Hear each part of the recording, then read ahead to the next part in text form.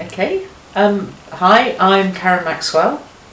And I'm Martin Lovick, and we've been married for 31 and a bit years. Got that right. I'm glad I got that right.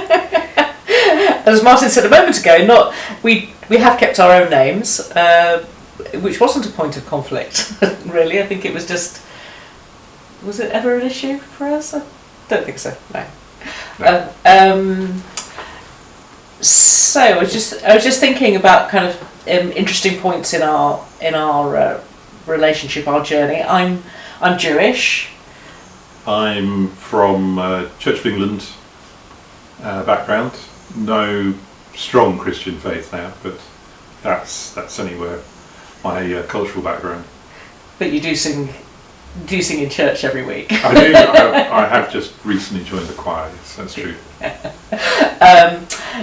And we were sort of thinking about things in our in our journey together. So we've known each other for 37 years, I think. And when we decided to get married, it was. I think probably we haven't found it to be an issue. We have been able to talk about stuff, but I think probably there's some issues at times maybe with our families. I think about the first time I went to have lunch at Martin's mum's and they cooked roast pork. I still question whether that was intentional or not, but whether it was testing me or something. But anyway, so I think probably on both sides. Not open hostility, but definitely some cautions, probably some prejudices there on possibly on both sides, I suspect. Certainly were hinted at various times early in our relationship, but I guess then come to the fore a bit more in the run up to getting married and beyond. Mm. And I think in the run up to getting married, that's because that's probably the bit where it starts to make a difference. We did do a number of things, I think, which probably helped us to have conversations that maybe we hadn't even thought about having. So we talked to the rabbi at my synagogue. In fact, I went to that synagogue because I knew he would support mixed faith marriage, David Goldberg, and I was trying to think what my recollection is. Well, what do you remember from the conversation we had with David? It's difficult to recall exactly the first reaction, because I think I grew to really like David, but he first sight he comes across quite a prickly character, and his sort of opening gambit statement to I guess to probably most conversations he had in that context was, well, of course, in the first instance, we don't like to see someone Jewish marrying out, as he put it. So he was honest and clear about that as an opening statement. But of course, then as we went into it, it became clear that he was much more open and willing to collaborate in what we wanted to do. Yeah. I remember him making a comment that it was evident from the conversation that we'd had that he felt that Martin and I had already talked through a number of issues. And it's one of those things I think is interesting in the context of dialogue, is how conscious are you of, we need to sit down and talk about this, or is it just in the way kind of we are? But I think he felt that we had talked about a number of issues. We talked about the issue around children, which is obviously kind of, again, a key part. His request was, he said, obviously I can't hold you to this, but our desire is that you give the children a Jewish education, which I think we were absolutely fine about, because we felt they would get enough. There's enough about the Christian background, both from family and from schools and going to more traditional schools, so if they would get that, if we did nothing, they wouldn't get the Jewish education. So I think we were both happy about them having a Jewish education, and they went on to go all the way through and do bar mitzvah, and I mean, how did you feel about the bar mitzvah? So I think we talked about it. I'm assuming we did. I think, to rewind a little bit, I think in terms of the education, it was perhaps, I think it was something that I hadn't thought about at all before we talked about getting married. And if I had married someone who's Christian or from another faith, I don't think necessarily it would have been a conversation to be had at all. I think quite rightly it was something that came up.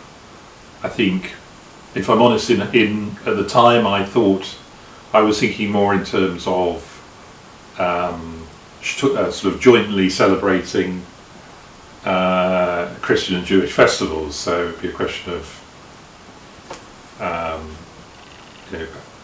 having Seder night, but also Christmas, celebrating Christmas together, and that's indeed the way it worked out.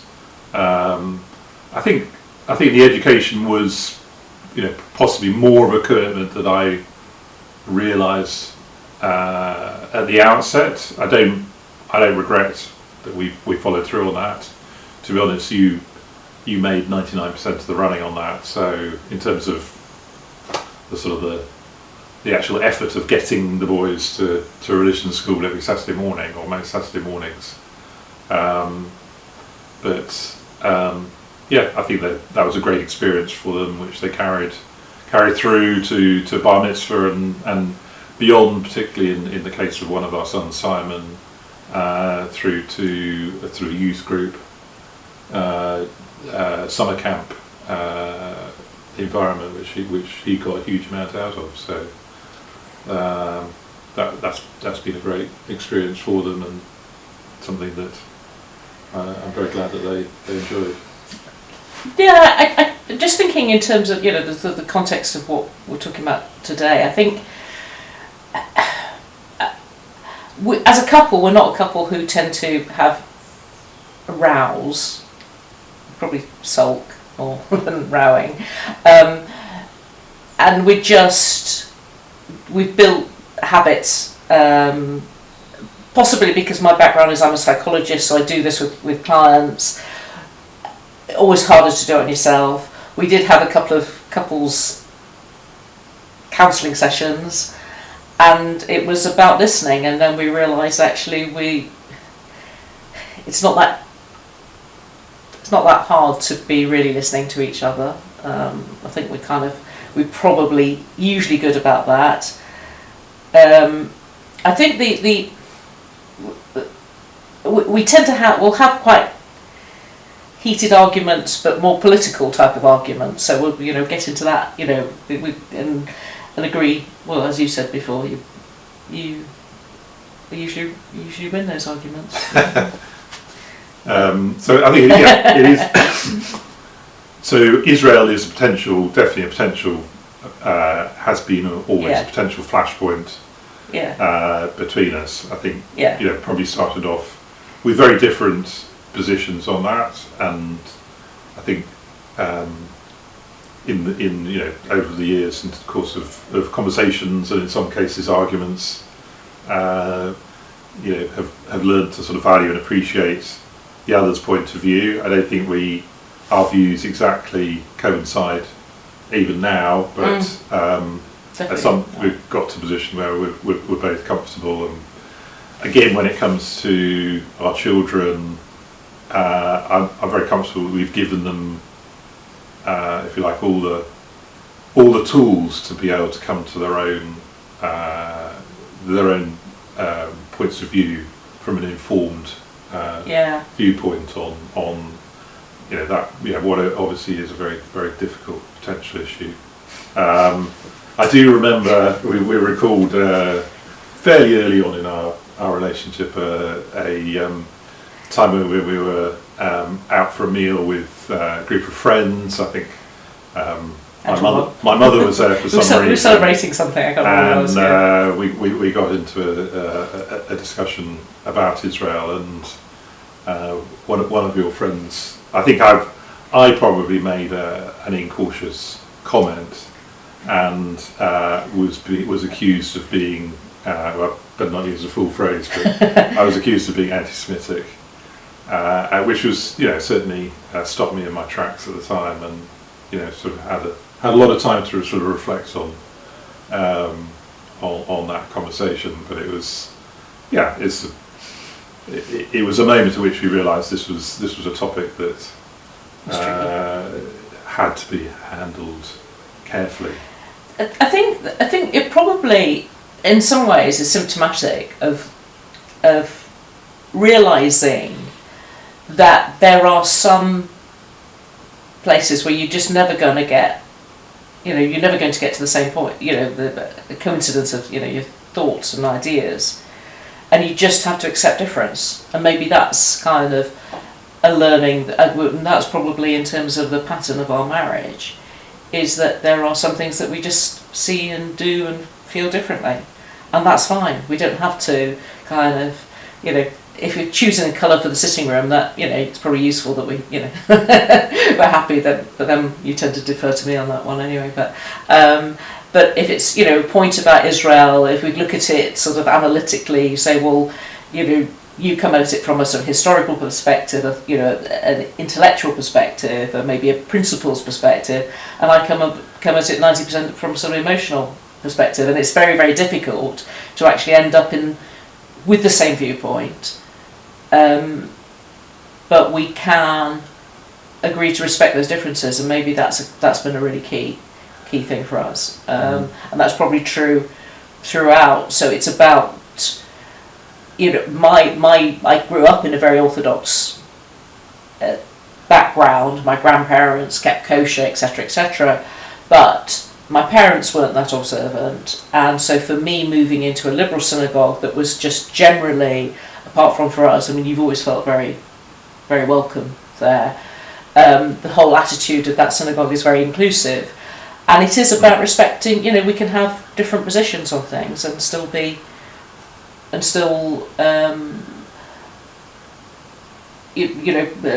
accepted. I know there are lots of people, Jewish people, who would say, the fact that I've married somebody who isn't Jewish, that I don't keep kosher, that there is bacon in the house, spoiler alert, that I've even cooked bacon, I've even eaten bacon, the fact that, the fact that I go to the liberal synagogue, there's that, from their point of view, I'm not even Jewish. But to me, I feel I identify very, very strongly as Jewish, but maybe not more in a kind of cultural sense, and a community sense than maybe purely religiously. And I'd say probably, there's some things that are similar for you. I don't think you have if you had a stronger faith, maybe it would be difficult for us to find a kind of a place where we can exist together. Yeah, I think in terms of that cultural background, there are, I think, there's sort of overlapping circles between my middle class, very traditional middle class Christian upbringing and your secular Jewish upbringing. I mean, there's a very large overlapping intersect between in the sort of the middle class English thing. Yeah. But at the same time, I think there are some sort of deep-seated prejudices I would certainly recognise on my side. There's latent anti-Semitism, almost from a sort of cultural snobbery point of view that we've sort of had to unpick at sometimes. Yeah. And I suspect there are things in reverse. Yes. But definitely. with some preconceptions about what Christian people. Well, I think can do. I think from a Jewish point of view, it's a protective thing. I mean, I know my uncle, for example, wasn't allowed to go to Cambridge because they reckoned this was a pre-war, because they reckoned he would encounter a lot of anti-Semitism. So it wasn't about him not mixing with the great and good at Cambridge. It was about the fact that he would have a hard time.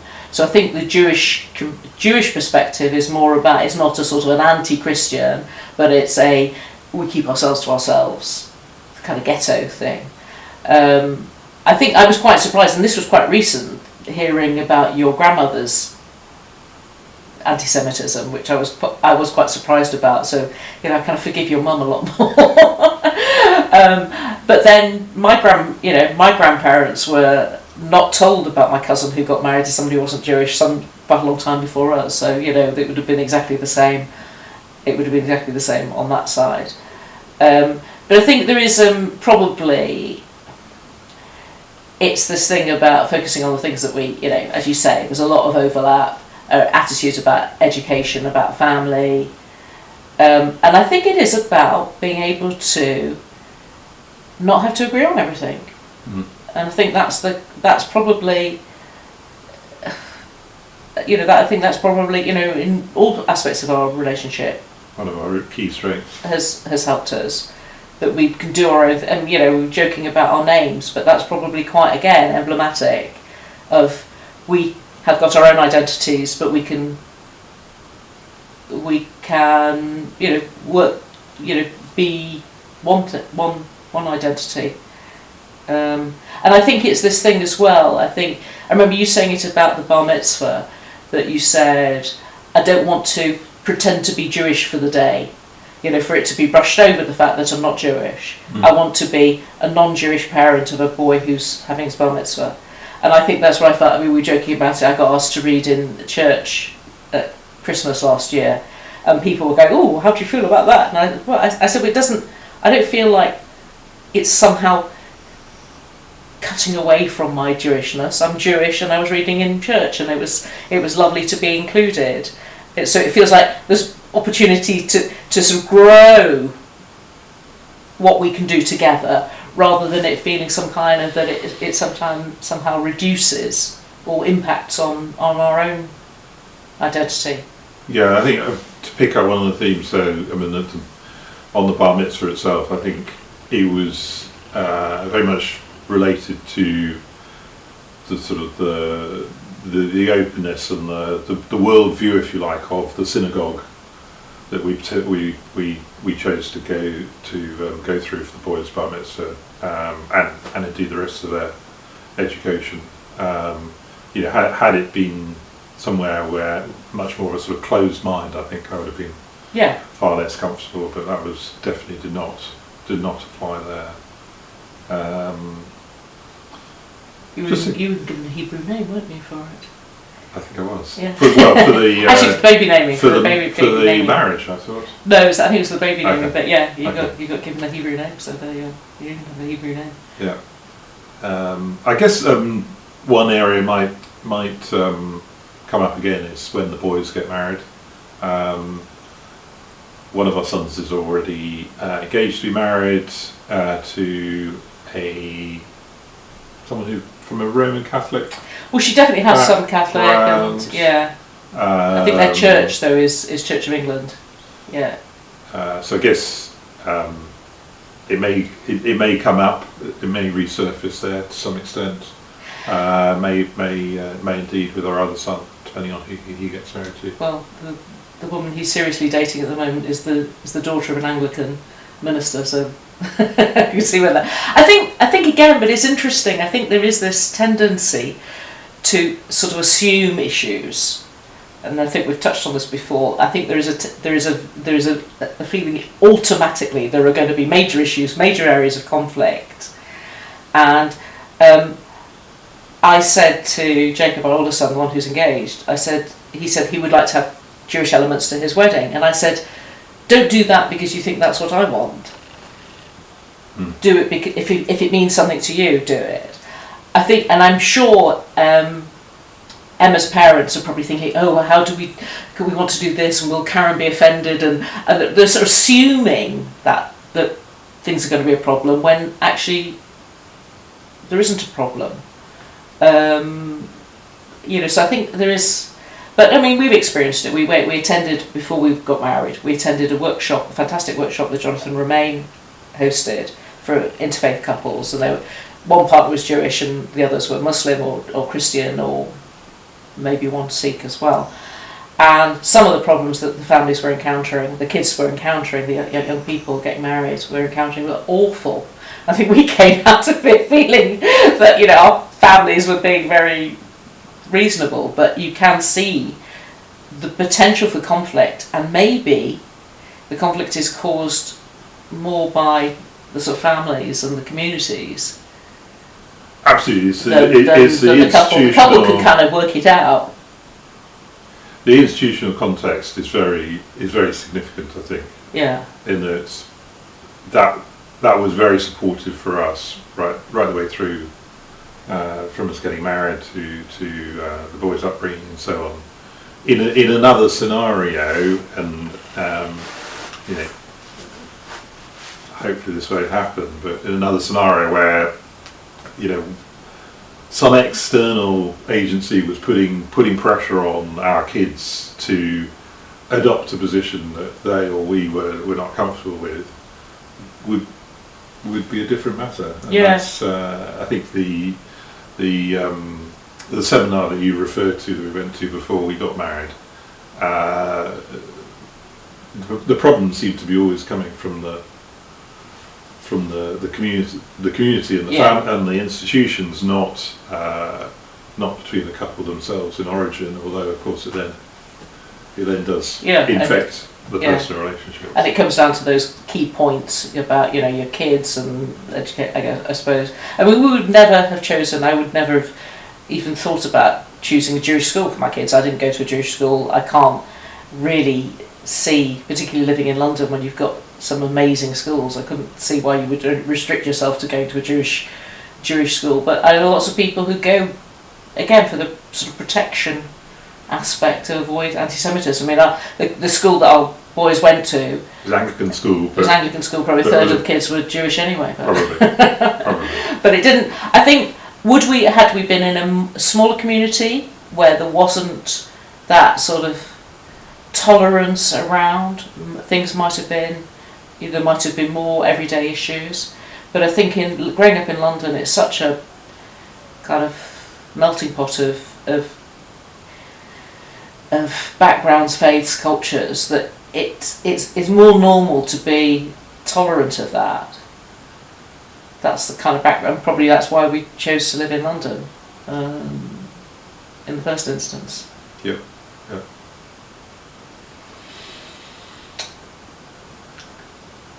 Anything else to? Nothing else that I can think of. But I was going to make one comment that was a very funny comment that I remember. Somebody said to me at one point. They said, they were asking me how my family felt about me marrying somebody who wasn't Jewish. My comment about that was they were just pleased I was getting married. I think I was in my 30s by then, and they were thought it may never happen. But act of desperation. Yeah. But then I said, well, why didn't you ask Martin the same question? And I think your reply was better than had she been Catholic. So I think there's this kind of thing within the Christian community. There's probably more tension between Protestants and Catholics, which goes back hundreds of years in history. Than the Jews are a bit of an unknown, really, in that context. But I don't know. Would you still hold to that view? There was definitely that was sort of a deep-seated prejudice within my family there that had did apply to one of my siblings. So yeah, and it did have to be unpicked there as well. And I think maybe this is where, again, you know, probably we use humour to deal with it, but there will be comments that our parents will make to us aside, which are not, you know, if you think, I mean, I believe when our kids get married that we will be there giving them some unconditional support, because getting married is hard enough anyway. But to have parents kind of sort of sniping away a bit with little snide comments about things, and I'm sure there are lots of things that your mum said to you that you've never shared with me, and vice versa.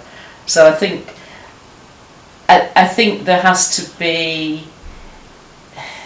I don't know, maybe a degree of confidence in you as individuals, or we report back to each other and just kind of roll our eyes and laugh about it.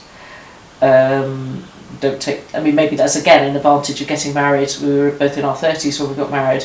You have the sort of confidence of your own convictions. You're not sitting there listening to everything that your parents say. You go through that stage, don't you? As kids, you think your parents know nothing. In your early 20s, you suddenly think, actually, they know a lot. And then from about age 30 onwards, you realise they know nothing. Yeah, I think we've moved through the period where our parents can sort of seriously wind us up. So Yeah. they're now in old age where you can sort of, sadly in some ways, you can just sort of Ignore them. put that in there. Ignore what they say. Put their comments, their odd comments from time to time in a box, and as you say, just to some extent laugh them off. But they obviously at some points do can. Well, it does. It causes you. There's a tension. There's always a tension. I think it applies across all sorts of things, not just around interfaith. I mean, I kind of joke with my mum. Had I been the sort of person who had married someone from a traditional sort of Jewish background and probably not had a particularly serious career and been very much the sort of stay-at-home mum making chicken soup, she would have hated me. She's been a hugely independent professional woman all her life, and if I'd been that, so some of her would sort of like me to be living in the Jewish ghetto and being the dutiful Jewish wife and mother, but she would have hated the person that would have been. She wants you to be the Jewish daughter. The Jewish daughter, yes. Absolutely. She definitely now wants me to be the Jewish daughter. And that potentially does cause conflict, because there are times when she really would, and it has caused issues for me, but I just push back on it. But it could cause problems as a couple if you feel like you're sort of torn between loyalty, whatever, duty to your parents, and loyalty to your partner. And I think that's sort of, I don't know, just thinking about it as we're talking, it's probably really important for us to reflect on in terms of how we support our kids, that we do give them unconditional support in their marriage. We don't, there's a reasonable degree to which, we definitely want to see you on our birthdays, but otherwise, that you've got two lots of families, you've got to respect both families, and not for us not to be demanding, because it can then put pressure on the couple. I think that's probably newer thinking than the way our parents were brought up, because our parents were brought up with this kind of huge sense of duty and obligation, and which probably we've disappointed them for all of them. Certainly I think my mum would have liked our wedding to have been the wedding that she didn't have, because she had the wedding that her parents wanted, so she lost out on both. She got married in her mid-20s and was basically had this huge wedding full of people that she didn't know, which was the sort of Jewish wedding, classic Jewish wedding. And she started, and we were getting married in our 30s, and she started sort of imposing all sorts of ideas, and but I don't think it caused conflict between us, but it could have done. Could have done. Yeah. Could have done. Yeah. If you'd said, well, I just want us to have 4 people and go down the registry office. Yeah. But fortunately, we just wanted a really good party, which is what we had. Good. Okay. Well, I hope that was useful. All right. Is that fine? Thank you for inviting us to be part of this. Thank you.